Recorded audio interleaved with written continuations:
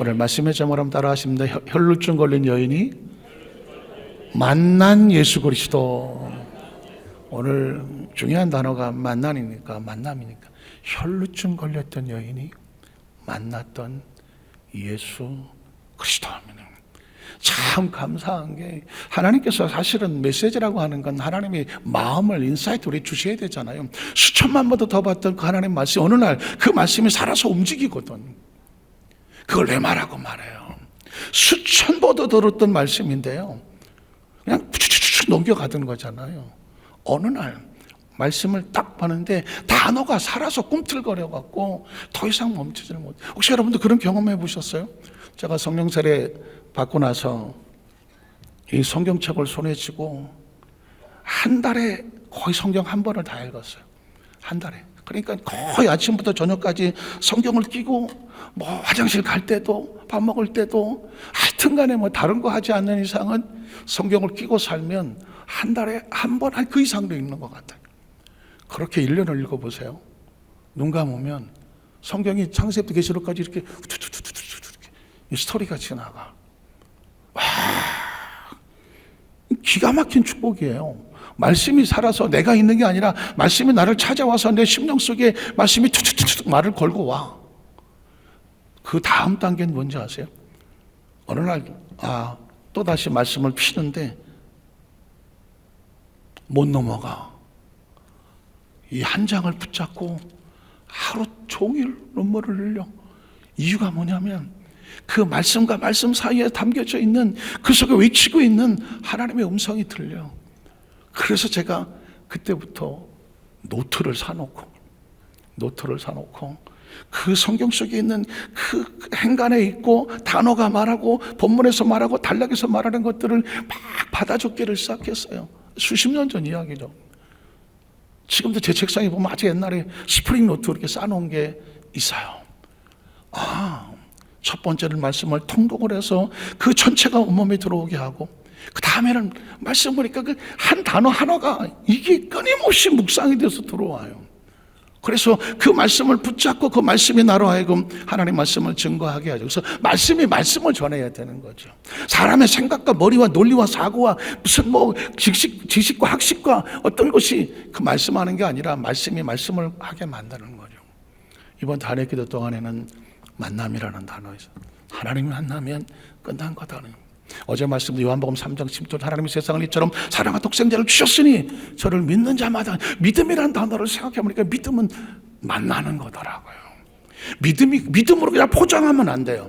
믿음으로 포장하면 안 되는 이유가 믿음이라는 단어 자체에 엄청난 스텝이 있어, 단계가 있어. 그러니까 나 믿어.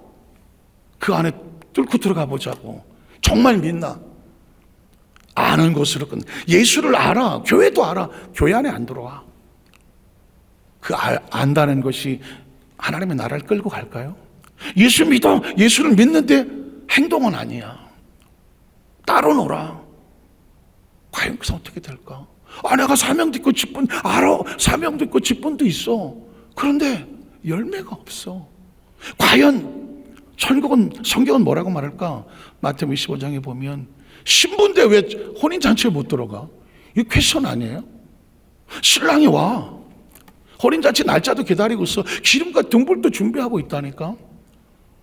유대인들은 결혼식을 저녁에 해요. 그 저녁에 신랑이 와. 그러면 그 신랑을 맞으러 신부가 등불을 들고 신랑을 맞으러 가는 게, 그게 이제 결혼식의 잔치의 출발이야. 그 날을 기다리고 있는 거예요. 그런데 열 처녀가 있다며. 열 처녀가 다 신부예요, 신부. 혼인잔치에 들어가도록 선택된 신부라고. 그런데 왜 다섯은 들어가고 다섯은 혼인잔치 문이 닫히냐고 드레스 쫙 빼입고 기다리고 있는데 생각이 뭐가 되지 않아요? 달란트가 없으면 몰라. 3명이 달란트를 다 받았잖아요. 1달란트, 5달란트 다 아는 얘기. 초등학교들도 아는 얘기예요. 초등학교 아이들도 달란트 잔치하고 그러잖아요. 그런데 그 달란트가 왜? 어떤 종은 착하고 충성되다고 말하고 어떤 종은 너무 악하고 게으르냐? 왜 이렇게 말해요? 그래서 그 사람이 천국을 갔나? 성경에 보니까 이렇게 말하는데, 이 약하고 게으른 종을 바깥 어두운데 내가 쫓아라. 슬피 울며 이를 갈게 하라. 거기가 천국 구탱이겠어요? 아니면 지옥 같아요? 이건 지옥인데? 바깥 어두운데 쫓아서 슬피 울며 이를 갈게 만들어라. 달란트를 줬는데 땅에 처박아 놓고 주인을 원망하고, 날 뭘로 보고, 안 해. 이 한 달란트 받은 종이 주인이 왔을 때 주인이 약하고 게으르다고 하잖아요. 우린 이 구원론에 대해서 깊이 묵상할 필요가 있지 않아요? 오늘 아침 국민일보에 보니까 이런 광고가 하나 제가 사진 캡처를 했어요. 보셨어요? 예수 믿어도 지옥 가는 이유. 이거 어디 저 사입이 어디 신문 돌아다니는 거 아니에요? 오늘 아침 국민일보 광고에 나온 거예요. 웬만하면 그냥 지나가는데 내용을 읽어봤어요. 국민일보 광고 나온 거니까 적어도 크리스천들이 다 봤을 테니까 예수 믿어도 지옥 가는 이유는 책이에요. 이건 글도 아니에요. 책이에요. 그런데 총판 예찬사라는 데서 보면 예수 믿어도 지옥 가는 이유들 중 가장 큰 원인은 너무 부실한 구원관, 너무 부실한 구원관 때문입니다. 한 번 구원은 영원한 구원이 아닙니다. 이거 굉장히 도발적이죠. 이거 맞나? 할 수 있겠죠. 아마 이 제목만 들어도 뭐야 이거? 혹시 여러분이 한쪽 구탱이를 건드리고 있지 않아요? 자, 이 책을 쓰게 된 목사님이 CBS인지 CTS인지 기독교 방송에 목사님의 세 분이 나와서 구원론에 대해서 대화를 하는 거예요. MC가 사회자가 묻죠. 구원론에 대해서 어떻게 생각하십니까? 그랬더니 어떤 목사님이 예수를 믿고 구원받은 이 구원의 확신은 절대로 변하지 않습니다. 예수 믿는 성도는 다 천국 갑니다. 이렇게 얘기를 했습니다. 그랬더니 두 번째 목사님이 뭐라고 말했냐면 저는 생각이 다릅니다. 왜냐하면 성경에 보니까 예수를 믿고 출발을 했지만 스스로 구원의 반열에 떨어져 나간 사람도 있더라고요. 그러니까 예수를 믿었다고 해서 별짓을 다 한데 내버려 두고 천국 가는 게 아닌 것 같다. 스스로 구원의 반열에서 떨어져 나간 사람은 그 사람은 구원받지 못할 수도 있는데 그러면 예수 믿었다고 다 구원받았다고 말할 수 없지 않느냐. 두 번째 목사님은 이렇게 말했어요. 세 번째 목사님에게 물었어요. 목사님은 어떻게 생각하십니까? 이쪽 얘기도 맞는 것 같고 또 이 목사님 이것도 맞는 것 같아서 이렇게 구원에 관한 다양한 생각이 있는 줄을 저는 처음 알았습니다. 이렇게 빠져나가시더래요. 근데 아까 책을 쓴 목사님이 보고 깜짝 놀란 거예요. 교회나 목사님들이나 성도님들이나 구원관에 대해서 대충 자기가 그냥 부실한 구원관을 가지고 내가 가겠지, 나 예수 믿는데, 내가 신앙생활을 얼마나 했는데, 내가 천국 가겠지, 내가 안 가겠어? 이렇게 생각을 하니까 예수를 똑바로 안 믿는 거예요. 적당히 섞여서 흉내만 내는 거예요. 이 문제에 대해서는 깊은 통찰이 필요하더라고요. 나머지야 실수할 수 있어. 다시 회개의 기회가 있잖아. 전국은 달라. 한 번 끝이면 끝이야. 이해가 되시겠어요? 그래서 제가 한번 성경을 한번 찾아보자고요. 자, 여러분 구약 성경을 한번 가보자고요. 출애굽을 했어요. 출애굽했다고 다 가나안 땅 가던가요? 아니더라고. 구약의 출애굽은요, 모세를 따라서 하나님의 역사로 구원을 상징해요. 그리고 홍해수를 지나는 건 아시겠지만 침례를 상징한다고요. 로마서 6장에 보면 이스라엘 백성이 다 홍해수 바닥을 건너면서 예수간이 다 죽어지고 다시 올라오면서 예수와 함께 부활, 구원을 상징하는 거거든요. 이제 바로의 군대는 더 이상 손대지 않아요. 광야에서 만나와 메추라기를 먹었어요. 하나님의 구름 기둥과 불 기둥이 인도를 했어요. 시와 기적도 체험합니다. 마라의 쓴물도 달아지고. 그럼에도 불구하고 이 사람들 통째로 다 가나안 땅에 들어가던가요? 여러분 다 아시겠지만 그 세대가 거의가 땅속에다 처먹었어요. 고라와 250명의 족장이에요. 족장. 그 족속의 지파의 리더들이에요. 왜 모세만, 왜 당신만 하나님의 종이냐? 우리도 하나님의 종이야. 250명의 족장들이 모세에 대하여 반론을 일으킵니다. 아론을 제사장을 삼았더니 뭐야, 당신이 뭔데 제사장이야? 우리도 하나님 앞에 선택받은 사람이야. 성경 다 아시니까 하는 소리예요. 그때 하나님께서 250명의 족장, 고라와 200 족장들을 땅을 갈라 불에 타 죽게 만들죠. 그리고 아론의 쌍난 지팡이를 만들면서 하나님의 용권을 가진 그 아론과 대해서 너희가 알과할부하지 마라. 그 250명은 어떤 사람이에요? 애굽에서 10가지 재앙 속에 살아남은 사람이고요. 6월절 어린 양의 피를 덮고 패스오버한 사람이에요. 그리고 홍해수를 건너서 침례를 받고요. 성령의 구름기둥과 불기둥 인도로 광야를 통과하는 중이에요. 만나와 메추라기가 날마다 기적처럼 임한다고요. 그런데 왜 그 다른 땅속에 처박혀서 불타는 심판을 받나요? 그 300만 10명, 12명의 정탐꾼 이야기는 귀에 못이 박히도록 들었잖아요. 그 사람들은 12지파의 차세대 리더들이에요. 여호수아 갈렙을 필요해서요. 그 12명의 차세대 리더들이 가나안 땅에 들어가서 다음 세대 이끌어가야 될 사람들이라고요. 그런데 왜 12명의 정탐꾼 중에 10명은 가나안 땅을 정탐하고 미리 맛보고 왔는데도 불구하고 그들의 입술에서는 하나님을 거부할까요? 하나님을 대적할까요? 우리가 속았다. 그 땅을 들어갔다는 우리는 다 죽는다. 처자까지 다 죽는다. 이스라엘 300만이 거기서 땅을 치고, 혹시 아시잖아요. 이제 우리 더 이상 모세 필요 없어. 우리가 한 사람을, 우리가 마음에 맞는 리더를 세워서 어디로 돌아가자? 애굽으로 돌아가자. 옛날로 돌아가자. 안 되겠어. 우리 마음대로 해야 되겠어. 10명의 정탐꾼과 300만은 그때 하나님께서 어떻게 합니까?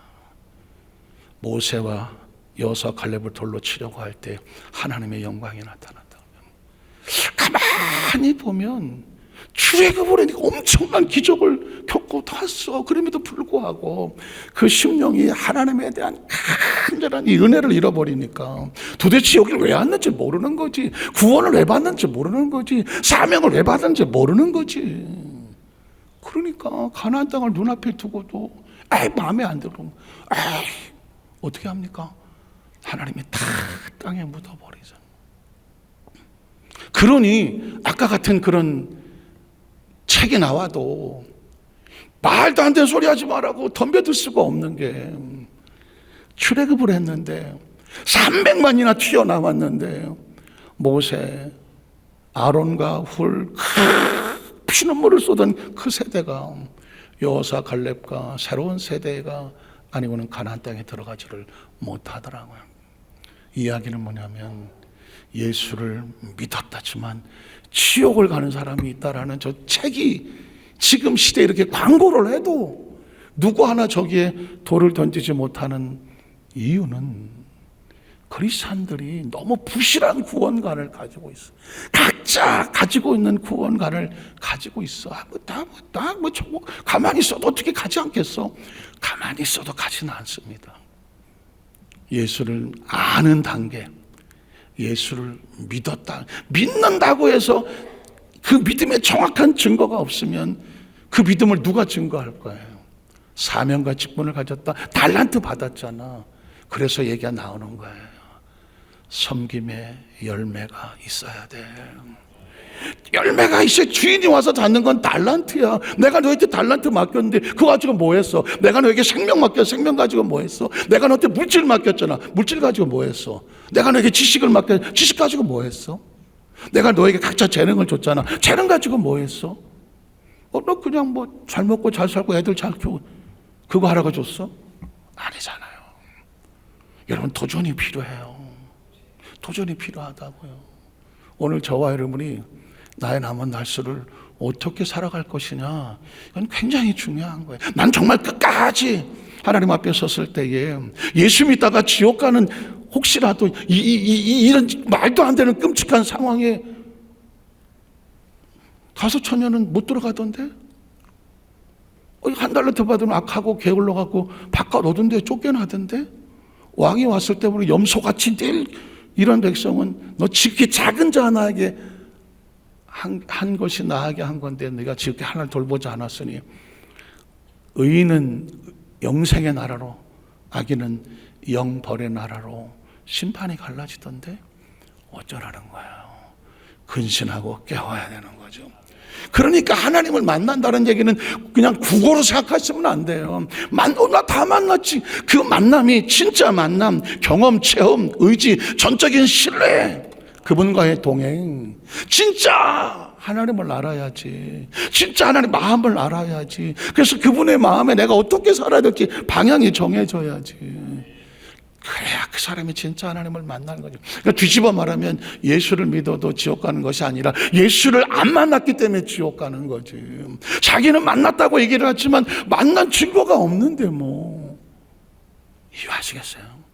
오늘 우리 다니엘 기도 동안에 첫날부터 보면 유대인들은 자기들은 아브라함의 자손이야. 그러니까 뭐 우린 태생부터 구원받았지 뭐 굳이 뭐 우리가 율법을 몰라, 계명을 몰라, 모세 오경을 달달달 외우고 온몸에 쓰고 다니고 일주일에 2번씩 금식하고 나같이 잘하는 사람 나와보라 그래.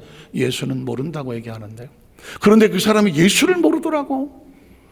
오히려 아이러니컬하게 문둥병자들, 율법에서 버린 자, 이방인, 율법에서 버린 자, 중풍병, 열병, 귀신 들린 자, 죄인들, 심지어 유대인 회당장, 유대인까지라도 예수님은 다 오대. 그 사람들이 예수를 만나고 나서 뭐가 달라졌냐면 섬기더라고. 문둥병자는 네가 그 은혜를 얻었으니 모세에게 명한 율법을 예물을 가지고, 베드로의 장모는 일어나서 예수를 수종 들더라.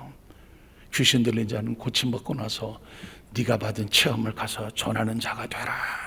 그러니까 이 은혜가 있었으면, 만났으면, 만남이 있는 사람은 전하는 자가 되든 섬기는 자가 되든 수종하는 자가 되든 예물을 드리는 자가 되든 삶 속에 열매가 있더라고. 내 열매는 뭔가? 내 열매는 뭔가? 기억하세요? 알아요. 바리새인들은 아주 예수가 꼴보기 싫었어요. 왜 꼴보기 싫나 아세요?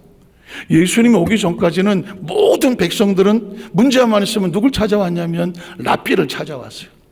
회당을 찾아왔어요. 랍비요, 회당장님, 우리 이런 문제가 있는데 율법에 어떻게 쓰면 좋겠습니까? 그럼 율법에 따라서 이런 죄인은 그냥 죄값을 받아. 그냥 랍비가 다였어. 그래서 모든 백성들은 랍비나 유대인들을 그 회당으로 와서 거기에 통제를 받았어. 그리고 죄인들, 뭐 문둥병자들, 뭐 이방인들, 이런 사람들은 근처 오지도 못했어. 그런데 예수가 나타났어. 저 나사렛에 30대 초반에 목수의 아들이 다니면서 옛사람에게 말한 바 너희는 살인하지 말라 그랬으나 나는 너에게 이르노니 형제를 보고 미워하는 자는 이미 살인한 자다. 뭐야 이거? 어떻게? 너희는 다 죄인이다. 누가 누구를 판단하느냐? 누가 누구를 해서 돌을 던질 수 있느냐? 누가 또 의롭다고 말하고 누가 죄인이라고 말하고 사람을 차별할 수 있느냐? 그럴 수 없다. 예수는 은혜를 얘기하는 거예요. 복음을 얘기하는 거예요. 그러니까 사람들이, 죄인들이 몰려오고 병든 자들이 몰려오고 귀신 들린 자들이 몰려오고 이방인들이 몰려와서 예수 앞에 무릎을 꿇으니 제일 꼴보기 싫은 게 뭐예요? 바리새인들이. 예수가 꼴보기. 예수를 왜 십자가에 못 박은지 아세요? 자기들의 인기를 뺏어갔어요. 자기들의 주권을 뺏어갔어요. 자기들의 관심을 뺏어갔어요. 자기들의 가르침이 옳다고 얘기하는데 예수의 가르침은 그걸 뛰어넘어 버렸어요. 이 바리새인의 가르침은 우리끼리 잘 먹고 잘 살아야 되는데 예수의 가르침은 모든 사람들이. 그래서 마태복음 8장에 기억하시잖아요. 백부장이 왔을 때, 야, 이스라엘 다 다녀봤는데 이만한 믿음이 없었어. 잘 들으셔야 돼요. 동서로부터 많은 사람들이 국경을 초월하고 인종을 초월하고 국적을 초월하고 남녀를 초월하고 빈부를 초월하고 다 와서 아브라함의 좌우편에 앉게 된다. 그러나 본 나라의 자손들, 아브라함의 핏줄을 가지고 태어나서 우리가 정통 우리는 하나님 백성이라고 스스로 의롭다고 하는 자들은 다 바꿔 얻은 데 쫓겨나서 슬피 울게 될 거다. 예수를 중심으로 예수 안에 있는 자들은 구원의 반열에 올라오는 것이고, 예수를 보고 정면으로 대적하고 튕겨나가는 자들은 하나님의 나라에 앉지를 못한다는 거죠. 예수님을 구주로 믿으시면 아멘 하시기 바랍니다. 그래서 이번 단일 기도 안에 간절하게 예수를 믿는 척하지 마라. 예수 믿는 포장을 가지고 포장지로 덮어 씌우지 마라. 진짜 당신 속에 예수가 있냐? 예수를 만났냐? 정말 긍휼히 여기는 마음이 있냐? 정말 모든 사람이 소중하냐? 정말 하나님의 나라에서 내가 기꺼이 하나님의 거룩한 나라를 위해서 기꺼이 내가 스스로 낮은 자리에 갇힐 수 있냐? 병든 자리에서 눈물을 흘리며 통곡하며 오는 심정이냐? 다른 사람이 다 돌을 던지는 그 사람을 향하여 기꺼이 내가 나에게 돌을 던져라고 스스로 그 자리에 대신 서줄 수 있냐? 너 정말 예수 믿냐? 예수를 위해서 죽을 수 있냐? 예수의 슬픔의 눈물에 같이 울 수 있냐? 처음 구원받았을 때에 그 감격과 그 전율이 아직도 있냐? 처음 직분을 받았을 때 몸된 교회를 위해서 내가 목숨 걸고 헌신하며 하나님 일을 하는 사람들 같이 손잡고 끝까지 충성하기를 서약하십니까? 아멘 하던 그 아멘이 살아있냐? 어느 날 변질된 것은 아닌가? 어느 날 다른 사람이 다 밑에 있는 것으로 보이고 내가 스스로 자기가 높아지는 것은 아니냐는 거예요. 진짜 만나냐고 물어보는 거예요. 여러분, 오늘은 혈루증 걸린 이 예수를 만나요. 혈루증이 뭐예요? 현대적으로 말하면 만성자궁출혈이라는 거예요. 하혈이야, 하혈. 왜 이런 얘기가 나올까? 왜 이런 얘기가 나오냐면 레위기 15장에 보면 그 당시는 어떤 인간의 형식과 모양이 뭐 초등학생처럼 막 관리하고 할 때였기 때문에 혹시 이제 여성들이 생리를 하잖아요. 생리를 하다 보면 이제 하혈을 하잖아요. 그러면 그 생리를 하더라도 몸에서 피가 나오는 거를 부정하다고 봤어요. 부정하기 때문에 여호와의 총회에 들어오지 못하고 잠시 격리돼요. 그 다음에 그 생리가 끝나고 난 다음에 몸을 씻고 하나님과 다시 제사를 드리고 그리고 정해지면 총회에 들어올 수가 있었어요. 근데 가만히 생각해 보니까 생리 현상이 무슨 여자가 뭐 자기가 뭐 생리를 하고 싶어서 하는 것도 아니고 하나님 그렇게 만드신 건데 왜 이런 얘기가 있을까 할 때 이건 정상적인 생리뿐만 아니라 원치 않는 잘못된 어떤 뭐 성적인 문란함이든 어떤 거로 인하여 남자가 됐든 여자가 됐든 간에 그 몸에서 피가 유출되는 이런 일이 벌어졌을 때는 이게 부정하기 때문에 그 피가 멈추고 치료될 때까지는 부정한 그 타이틀을 벗을 수 없어서 격리가 돼야 되고 스스로 정해지거든 고침을 받고 공동체 안에 들어오는, 이거는 병든 자를 격리하고자 하는 것도 있고 오늘날 시대 속에서 우리 마음속에 가지고 있는 모든 죄된 속성들과 아픔과 눈물들, 내 안에서 튀쳐나오는 이 죄, 가만히 있어도 튀쳐나오는 내 죄, 이 죄의 문제를 어떻게 해결할 것이냐라고 하는 상징과도 같아요. 자, 그런데 오늘 성경에 보면 혈루증이라는 것은 뭐냐면 만성자궁출혈인데 12년을 흘렸어. 12년. 말이 12년이지. 아예 한꺼번에 확 쏟아졌으면 죽어. 그런데 이게 죽지도 못하고 살지도 것도 아닌 그냥 찔끔찔끔해서 12년을 하혈을 하고 걸렸어. 그러니 이 여인이 12년을 부정한 여인이라고 딱지를 붙이고 살아야 되는 상황이에요. 율법에 따르면 예수를 만나지 않았으면 이 여인은 좀 부정한 여자야. 남편이 같이 있겠어? 자식들이 있겠어? 가족이 누가 데리고 있겠어요? 왜냐하면 저 집은 부정한 집이라니까 하고 율법과 계명이 심판하는 집안이야. 운명적으로 빠져나올 수 있는 처절한 상황을 얘기하는 거예요. 그런데 이런 사람이 예수를 만나면 어떻게 될까? 지금 우리에게 이걸 도전하는 거거든요. 우리 첫 번째로 보면 예수의 옷가에 손을 대는 혈루증 여인의 모습입니다. 마태복음 9장 20절에 보니까 12해 동안이나 혈루증으로 앓는 여자. 요 줄만 쳐도 보이지 않아요? 이 여인이 어떻게 살았을지. 아마 어떤 사람은 이렇게 말하겠죠. 모세 율법이나 계명은 아유 저 부정한 여자, 아유 저는 여자. 우리 동네에서 쫓아내. 이게 그 당시 정상적인 상황이에요. 그런데 예수의 뒤로 와서 스스로 자기가 부족하니까 혹시라도 다른 사람 보고 자기를 어떻게 할까봐 자기 몸을 감추고 예수의 옷가에 옷을 만졌다라고 말하죠. 자, 그걸 조금 더 마가복음 5장 20절에 보면 이렇게 나와요. 12해를 혈루증으로 앓아온 한 여자가 있어. 많은 의사에게 많은 괴로움을 받았고 가진 것도 다 허병. 이 처절한 이 피투성이 삶에서 빠져나오고 싶어서 뭔 짓은 안 했겠어. 그걸 성경은 말하기를 많은 의사도 찾아갔고 많은 치료법도 했지만 아무 효용이 없고 가지고 있는 돈도 다 날려버리고 몸은 더 망가지고 중하여졌다라는 것입니다. 인생에 내 힘으로 도저히 안 되는 문제도 있잖아. 살다 보니까 여러분 내 힘으로 안 되는 문제가 있잖아요. 뭐 태생이 그런 거 어떡해? 아니 피부 색깔이 그런 거 어떡해? 살다 보니까는 뭐 가정적으로 아픔과 상처가 있는 게 어떡하겠어? 세상 사람들은 다 그걸 가지고 평가를 하잖아요. 가만히 생각해 보니까 대학의 원래 목적은 뭐예요? 대학의 원래 목적은 열심히 공부해서 발전시키려고 인재를 키우는 거잖아. 근데 어느 순간부터 대학이 서열이 맺어지니까 야 무슨 어느 대학을 가면 그 똑똑한 놈이네. 어디 뭐 지방에 어느 대학 가면 애가 공부를 못했나? 어느 사람을 평가하는 원래 대학은 그런 목적이 아니잖아.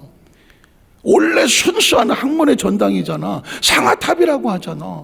그런데 사람이 다 평가와 등급을 매겨갖고 서열을 매기는 바람에 갑자기 뭐 좀 좋은 대학 가면 사람이 좀 잘나 보이고 조금 멀리 있는 대학을 가면 사람이 좀 평가절하. 이건 누가 만든 거예요? 인간이 그래. 인간이라는 게 조금만 자기 기준에 해갖고 평가를 매기. 이건 크리스찬이 아니야. 이해가 되시겠어요? 그리스도의 복음은 어떤 것으로 사람을 평가하지 않아요. 평가하고 싶은가 보면 되는 거예요. 한번 따라서 예수 안에서 어떤 사람도 평가의 대상이 될 수 없다. 심지어 혈루증을 걸려서 이러고 남았는 사람도 무슨 모세 율법이나 계명은 당연히 평가의 대상이죠. 부정하고 12년 아유 저게 무슨 죄를 져서 저렇게 아유 누가 그렇게 돌을 던져? 너는 어떤데? 우리는 어떠세요? 우리가 돌 던질 수 있어요? 예수는 말합니다. 그 여인이 자기 몸에 와서 손을 댈도록 허락을 하고 있어. 그게 예수예요.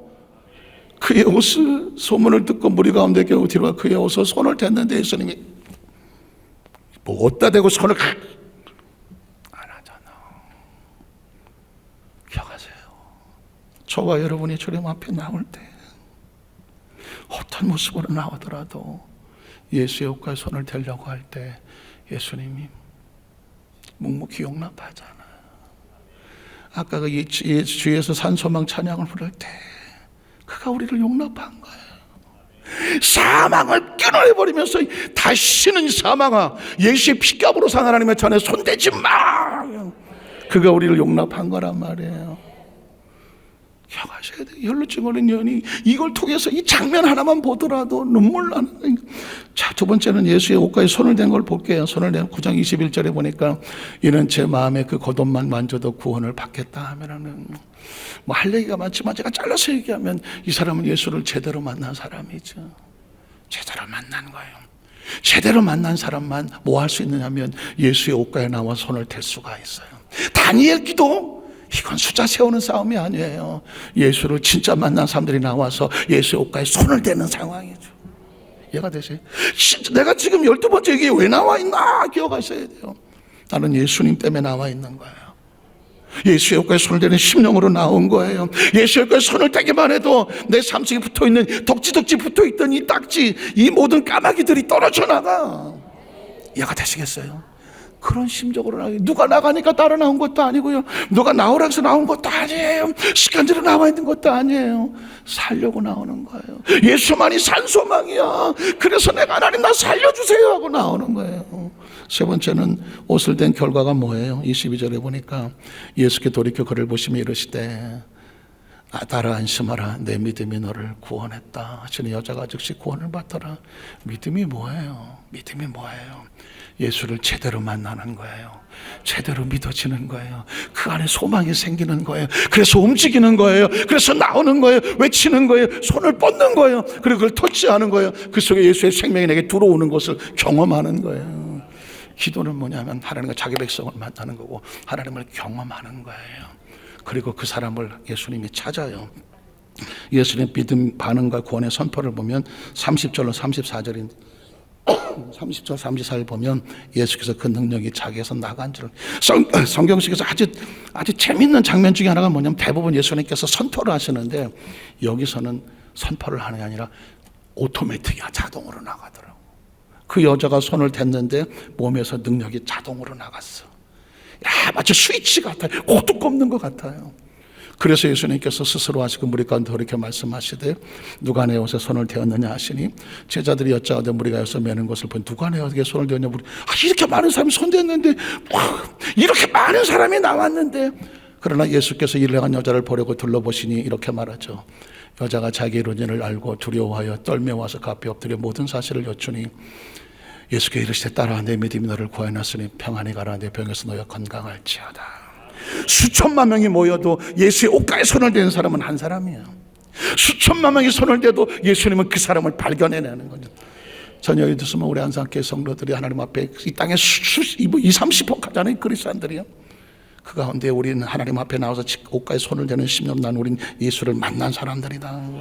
예수님이 찾아보면서 너 어디 있어? 라고 찾아보고 만나기를 원하시는 우리 성도님 되시기를 주의 이름으로 축복합니다.